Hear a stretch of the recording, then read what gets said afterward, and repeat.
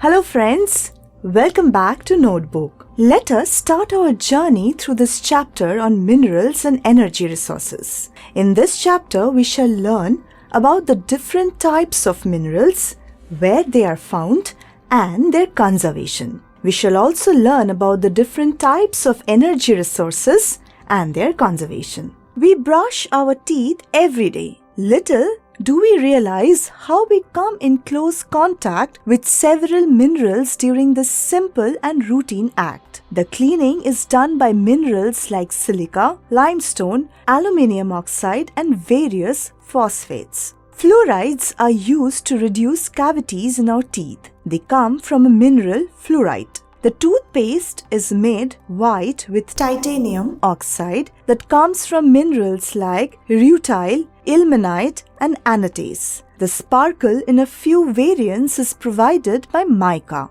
The toothpaste tube and the toothbrush are made of plastic. And where does this plastic come from? Petroleum. As you can see, minerals are an integral part of our life. Whether you switch on the TV or you check your cell phone for messages, whether you eat your food or take a bus ride, whether you write with a pen or you use a bar of soap, you come in contact with minerals everywhere. So, what are minerals after all?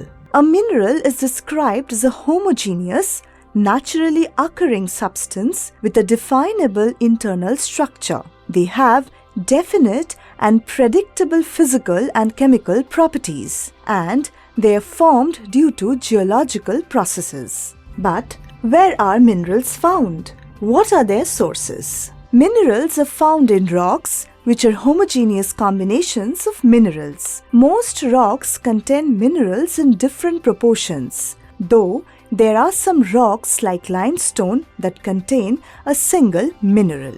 More than 2000 minerals have been identified, but only a few are found in adequate quantities in rocks.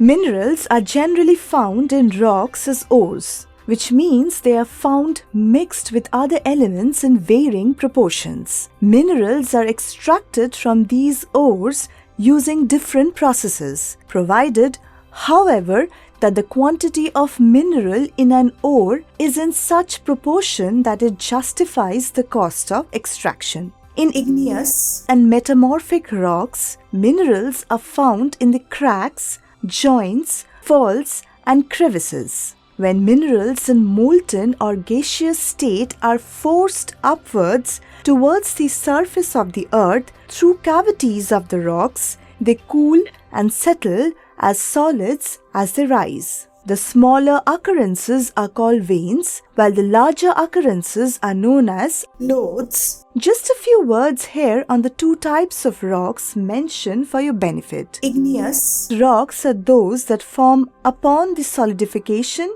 and crystallization of molten magma or lava. Metamorphic rocks are those that are formed from other rocks after being subjected to extreme heat and pressure. Their physical and chemical properties are often very different from those of the parent rocks. In sedimentary rocks, minerals are found in the beds or layers due to the accumulation, deposition, and concentration of clay, salts, precipitations, and other material. And what are sedimentary rocks? Sedimentary rocks are formed by the deposition and cementation of minerals and organic material on ocean floors or other water bodies at the Earth's surface. Minerals can be formed when surface rocks decompose and their soluble contents are separated. The leftover mass contains ores, as in the case of bauxite, from which aluminium is extracted.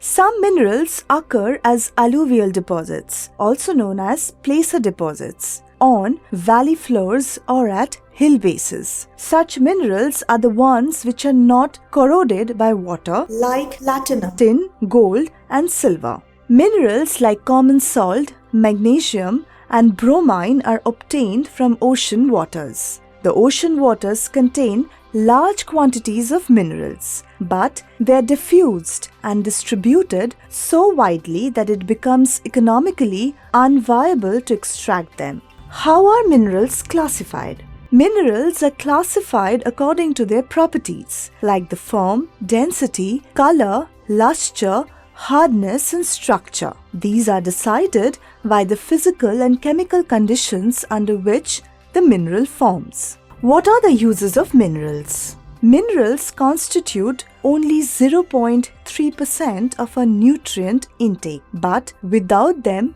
we cannot utilize the other 99.7%. Anything and everything that we see around us needs one or more minerals to build. They form the foundation of all economic activities. They are essential for the study of landforms, age, and composition of the earth. Let us now understand the classification of minerals. Minerals are classified as metallic, non-metallic, and energy minerals. Metallic minerals are further classified as ferrous, non-ferrous, and precious minerals. Ferrous minerals are those that contain iron. Under ferrous minerals, we have iron ore, manganese, nickel, cobalt, etc. Non-ferrous minerals are those that do not contain iron. Examples of non-ferrous minerals are copper, lead, tin, bauxite, etc. Under precious minerals, we have the likes of gold, silver, and platinum. Under non-metallic minerals,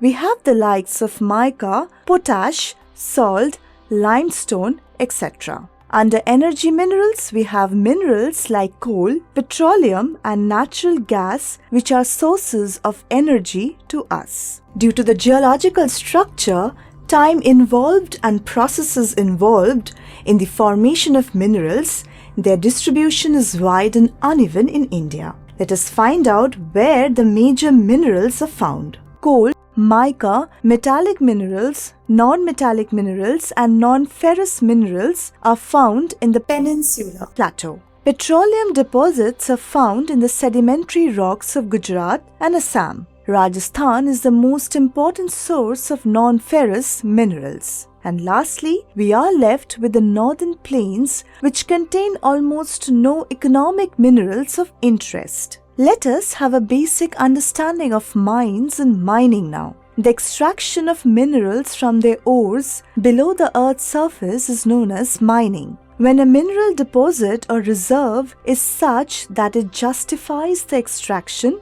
it is called a mine. The major factors that decide whether a reserve can become a mine are as follows: the concentration of mineral in the ore, the ease of extracting the mineral from its ore, and proximity to the market. Now that we know what mining is, let us find out how it is done in India. In India, most of the minerals are nationalized. Hence, mining for such minerals is possible only after appropriate approvals are obtained from the government. Generally, the government leases these mines to the most suitable bidders. You know what a rat hole is? That's where a rat lives. But what's rat hole mining? In most of the tribal areas of northeastern India, minerals are owned by individuals or communities. Meghalaya, for example, is rich in coal, iron ore, limestone, and dolomite. Here, coal mining is carried out by family or community members by digging long and narrow holes leading to the coal deposits. This form of mining, unscientific and often dangerous, is known as rat hole mining. This is where we end the first part of this chapter, friends. See you soon in the next video. Do go through the notes and question bank compiled specially for you.